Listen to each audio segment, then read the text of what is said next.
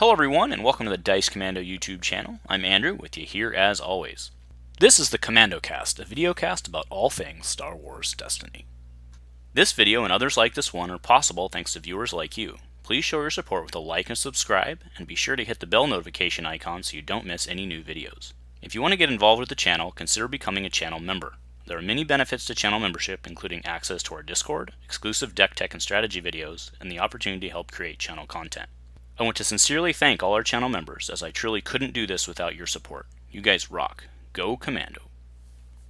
Hey there, Star Wars Destiny folks. Welcome back to Dice Commando and Destiny Friday. That's right, we are 3 weeks into the Seeking Answer spoiler season with 1 week to go. Actually, not technically 1 week to go because it releases midweek, so half a week to go. Next week, either way, super exciting. Week 3 spoilers coming at you.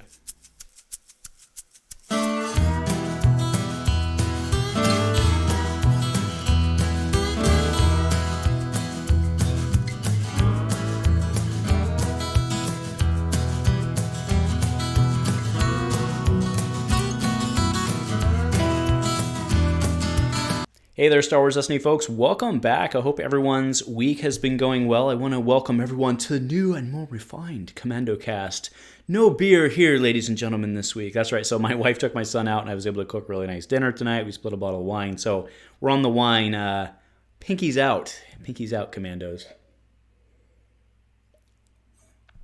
And cheers. All right, so let's go ahead and get into this, man. This has been an exciting spoiler season. Almost certainly the most exciting spoiler season we've had to date. But at the same time, one of the more difficult spoiler seasons to for someone who has to track down all the images. They're all over the place, right? So probably missed one or two. However, if you pay attention as we go, you might find a surprise in there. You never know. So let's go ahead and bring it up. So first we have Zorii Bliss, the Spice Runner of Kajami. Probably said that wrong too. She is a yellow hero, which is interesting. I think she might be neutral, but she's 11-14.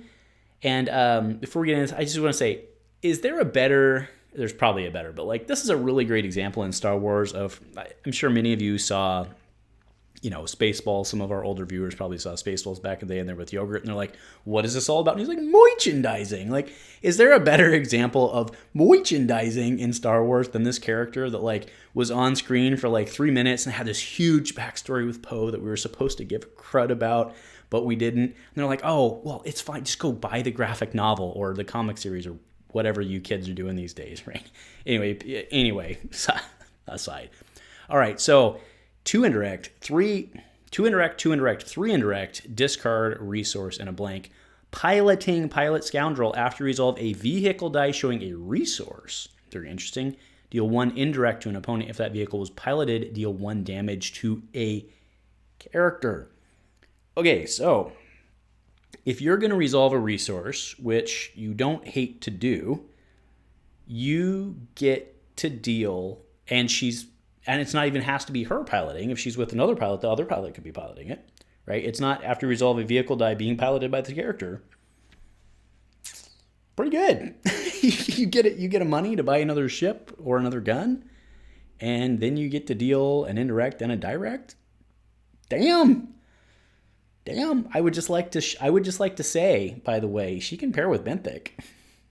Remember that guy? Good old Benthic. I don't know that that's the right pair because you probably want to go with someone red for all the piloting tricks, at least until the next set rotates out. But she can pair with Benthic, not pretty good. All right, moving on. R5D4. Chromesto, I believe, was lamenting this. He's like, "Why do all the heroes get the..." I'm trying to do my best Finnish accent. "Why do all the heroes get the cool droids?" Anyway, R5D4 for 1-drop support droid, red hero, discard the support. If it has 3 or more damage on it, action, exhaust the support, and place 1 damage on it to do the following. Draw 1 card, or turn a die to a side showing a value of 1. Well, that's pretty neat, especially if there's ways, I don't know, potentially to, maybe take damage off of it. As if, pretty sure bucket's a thing. All right, guys, sorry about that break. Life Flight actually just went overhead, and it was really loud, but you can't be mad at Life Flight because that means somebody's having a really bad day. So let's hope everything is okay on that end. And let's move on. All right, my boy Boba Fett. It's always been my favorite character. This is Dad Bod Boba, though. This is Boba, Daimyo Boba.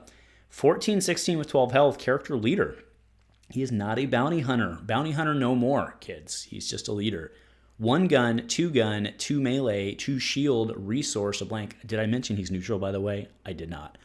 You may include up to 4 yellow villain cards and up to 4 yellow hero cards in your deck. He is 1416, so he does pair with Fennec, who has underperformed where I thought she would.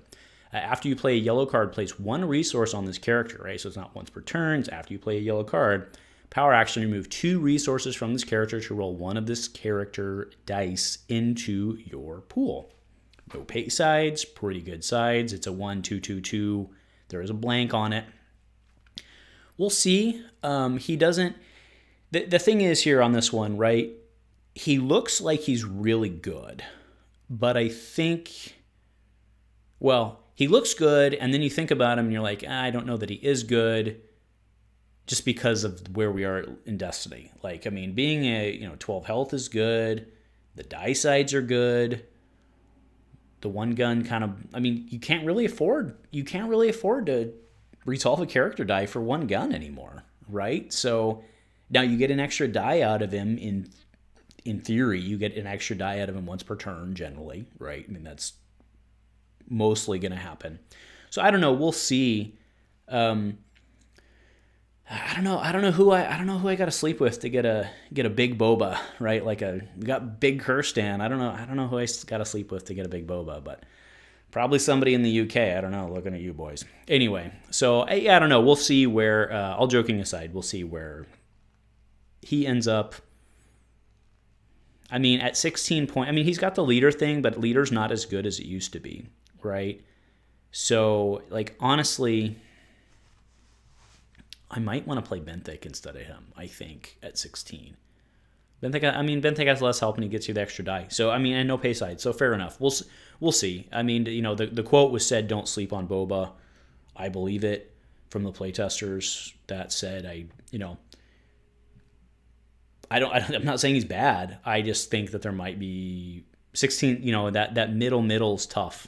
It's tough. So we'll see where he falls. He's really cool looking. This is really good. All right, next is Gadurfi. This one I'm comfortable seeing is just, it's not bad. It's just not playable right now. So it has the old gaffy stick die. It's actually a reused die. So Gadurfi, it is a Gadurfi, whatever.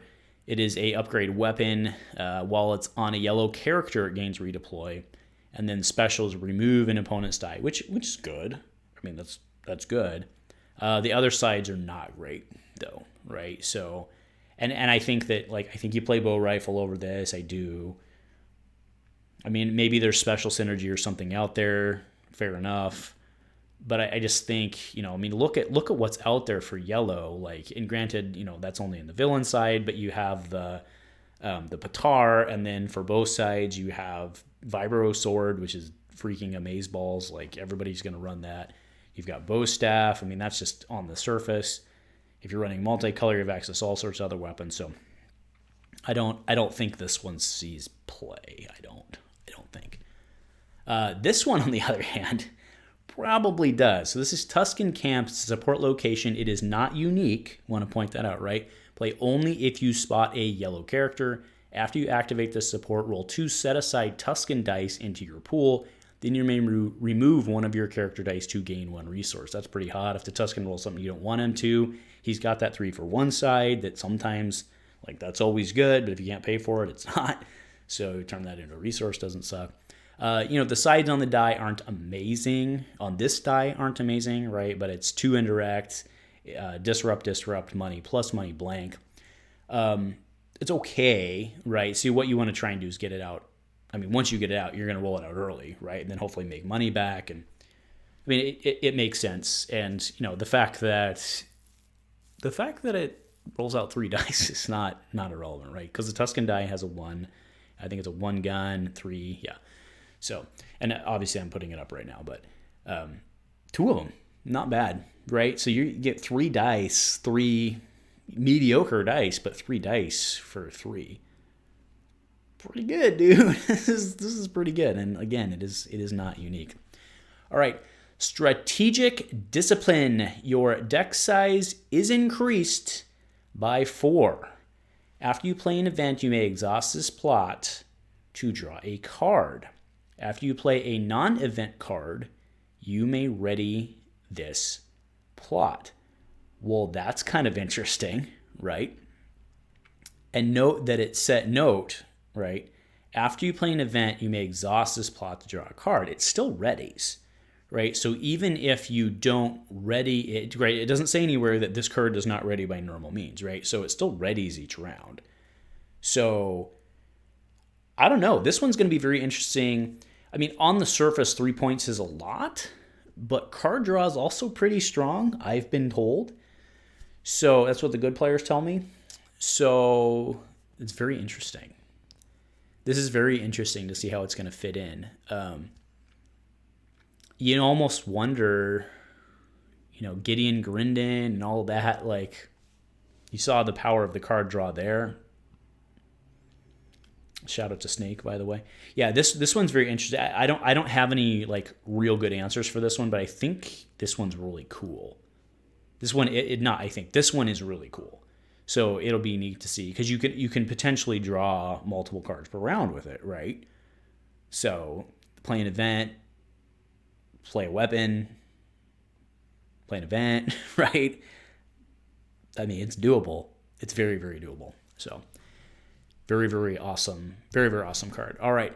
Seeking answers. Choose a symbol, then draw a card for each of an opponent's die showing the chosen symbol to a maximum of 3. It's a blue hero 1. I mean, sure, but then you take the hit, right? But, I don't know. Card, again, the good players tell me card draw is good, but I wonder if you wouldn't rather be packing removal so that you don't have to eat what you just effectively spotted there. So we'll see on this one, but we'll see. I don't see where this one fits, but maybe, right? Because it has to be opponent's dice, right? It's not your own. So, all right, this is probably the biggest chat of the day. So this is No Room for Failure. This is a 3-drop plot for Villain Blue. Your character dice cannot be re-rolled. Action, resolve one of your character dice, increasing its value by 1. All right, so once per turn, you get a value of 1. Oh, wait, it's not a power action. Action, resolve one of your character dice, increasing its value by 1. But your character dice cannot be re-rolled. So if you really think about it, what is this worth, right? I mean, the overall, and this is not true anymore because things have changed, but right, if you compare this to a Profitable Connection was 3-drop for 1 money once. This one is at a minimum, at an effective minimum, this is worth 1 value per round. And it's probably on average worth 2 per round. But it slows you down AF, and you can't reroll, so you got to probably burn focus somewhere. And it's only character dice, but then the thing is, like, if you're playing something big, if you're playing something big, I don't know necessarily where you're getting the 3 points for this, but, something like a Death Field, like, they usually want to remove that, which leaves your character dice then free, so, and it's not increasing damage by 1, it's increasing the value by 1. So, like, if you're playing somebody with high focus, like, I don't know, Snoke, which we'll see here in a minute, that's extra focus. It doesn't say your character dice can't be flipped. This card's really good. The value on this card is phenomenal, but we'll have to see how it works in practice, right? Because, like, you could just strike out. But I don't see how that's different than normal Destiny either, right? So, all right, so this one is Bestoon Legacy. So this is possible. This one and the next guy. Actually, let's do the next guy first because that's him, right? So Ochi of Bestoon. So he's a Sith Order assassin. He's an 11-14 villain blue with 11 health. 1 gun, 2 melee for an indirect. That doesn't seem great. Disrupt, 2 discard for an indirect. I like that. I don't hate that. 1 resource and a blank. Piloting, you cannot play blue abilities on this character. Fair enough. After you resolve this die showing damage, deal 1 damage to the chosen character that you chose after setup. But it's after you resolve this die showing damage. So in order to do that, you're resolving a 1 gun plus 1. You're resolving a 2 melee, taking 1 indirect plus 1. Yeah, I don't know. We'll see. Now, he does come with Bestoon Legacy, which is a 1-drop neutral blue. So this one's a neutral blue. He is a villain. This is a 1-drop with a 2 gun, a 3 gun, a 1 disrupt, a 2 shield, a resource, and a blank support vehicle. This support enters play exhausted. Card does not ready during the upkeep phase. Okay, there's your trade-off for the 1. Power action, spend 1 resource to ready the support, or discard a card from your hand and spot Ochi of Bestoon to ready this support. So if you're playing it with him, you can discard a card. Okay. Do note is unique. So yeah, I don't know. 14 seems a lot for his dice. I mean, he deals damage when you resolve it, I get it, but he only has 2 of them, one of which you have to take a hit for. I don't know, man. I don't know. If the ship somehow did his thing as well, that might be different. Yeah, I just don't know. I mean, I think, like, are you going to play, like, really ask yourself, are you going to play him or are you going to play Taron? Right? I mean, sure, he's a pilot, but, like, aren't you just, like, for 14 points, aren't you going to play Taron? Like, I think you are, right, overall. Now into the final set of 3 spoilers for the day. We have the Armorer from The Mandalorian. We have the Armorer Wise Leader. She is a yellow hero, which makes sense. 9-12 within health, not too shabby. 1 melee, 2 melee, pretty good. 2 shield for a resource. Well, that's kind of interesting. Have we seen that before on a character? This pay for shield? I don't know that we have. I think we've seen it on support. Yeah, that's... Quiz for all you with Destiny knowledge. I don't know if we've seen that. Resource special and a blank. Special is give this character 1 shield and turn a weapon die to any side. Then if it was your weapon die, you may resolve it. If it was an opponent's weapon die, deal 1 damage to a character. Seems utility. Like, that seems pretty decent for 12 points. And do note, by the way, right, Mando from High Stakes? No. Yes, High Stakes. I forget.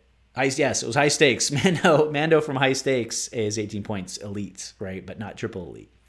So compare with this, which is pretty cool. That's pretty cool. I like this. I do want to give a shout out. The other reason I kept saved these for last is all 3 of these are pistachios art. This one's really good. This next one is phenomenal. Like, thank you for donating this art. This is really good. So, well done. So, this is Snoke, Genetic Strand Cast. He's got the OG Snoke die. As if there is an OG Snoke. If you know the story, then you get the joke. So, 2 indirect, 1 focus, 2 focus, disrupt, resource, and a blank. 11-13. That's right on where he was before, character leader. After this character is defeated, return him to play flipped. It's Flippy Snoke. If this character is elite, make it elite. Power action, deal 1 damage to this character to roll a die on an ability on this character into your pool. Well, that's interesting. The problem is you're doing damage. They're going to try and kill him when you put the big stuff on him.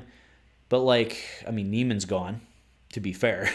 Like, Neiman would be a really good one. But, you know, the cheaper 2-drop abilities, because it's any ability. It's not like a form or something like that, how we normally think about it. There's some good 1-drop abilities that came out recently in the, I forget the name of it, but it came out in the Galactic Snuggles set, right? It's a really good blue villain ability. So cool. Yeah, he's really good. Now let's look at his flippy side, right? Sith, Citadel, Labyrinth. And do note, by the way, after he's defeated, he just kind of stays there, which is pretty hot, right? So it's a 4-drop support location, side 5B. Focus, discard, shield, resource, and a blank. That's pretty good. I mean, not for a 4-drop support, but it's not a 4-drop support, right? Right. So that's, and it's elite. It's pretty good. So support units will play with 2 resources on it. After the action phase ends, remove 1 resource from the support. Then if there are no resources on the support, place 5 damage on the support and flip it. Which means, guess what? You can't kill the mofo. Like, I mean, you can, and then when they have no characters left, you win. We get it. Like, you can't kill him's not a correct statement, but that's big. And do note, by the way, like from a tiebreaker scenario, you then lose the 6 damage, the other 6 damage, right? From a total damage dealt tiebreaker. It's big. Like, this is big. Like, he's good, dude. And he flips back over. I mean, obviously the assumption there, right? So you do know, one thing I caught on this, by the way, is if this character is elite, make it elite, right? And make it being the last subject.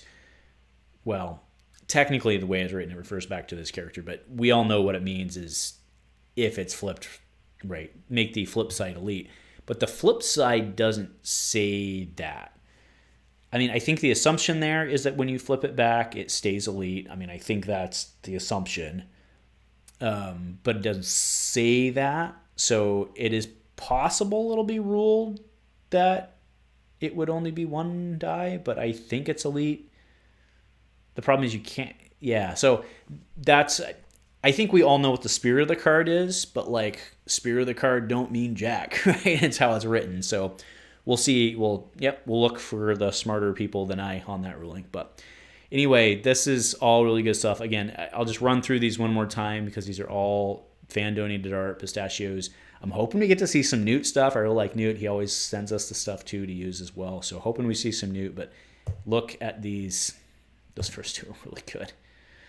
Really well done. So thank you very much for making that happen for all of us. And again, huge thank you.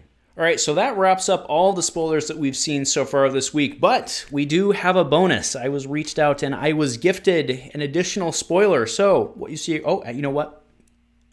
Churros, pinkies out.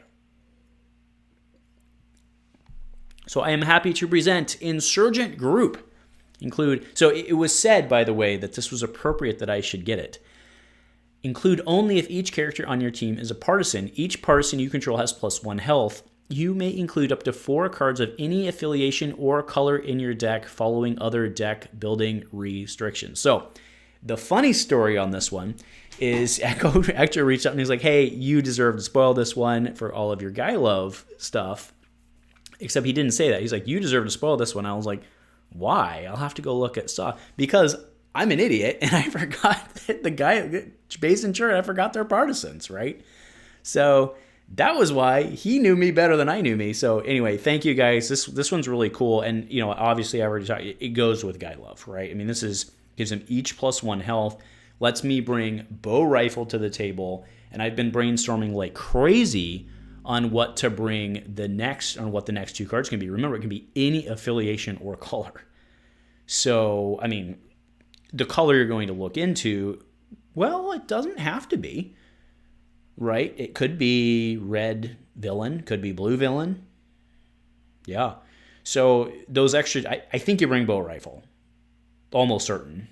The question is, I mean, but is it bow rifle? Because they have the DH, they have the new great gun that redeploys, they have Westar. I still think you want to bring bow rifle. And then basically you have other 2, but they get +2 health and it's 0. Like, it's just free.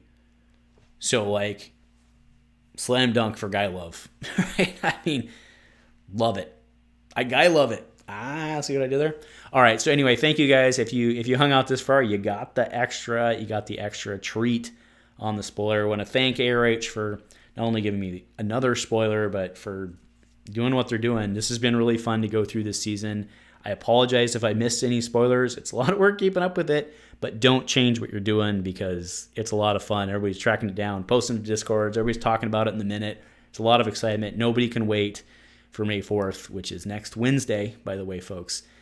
We will be doing a Commando live stream on the night to go through the full set. We're doing it later in the evening because remember, I'm Pacific time and I'm basically one of the last places in the world in the day. But we're doing it late at night, so come join us, have a beer or a wine, whatever it may be. And anyway, I'll let that joke go, and I'll let you guys go. Happy Destiny Friday. Hopefully you guys are excited as I am about this next set. And if nothing else, folks, go Commando.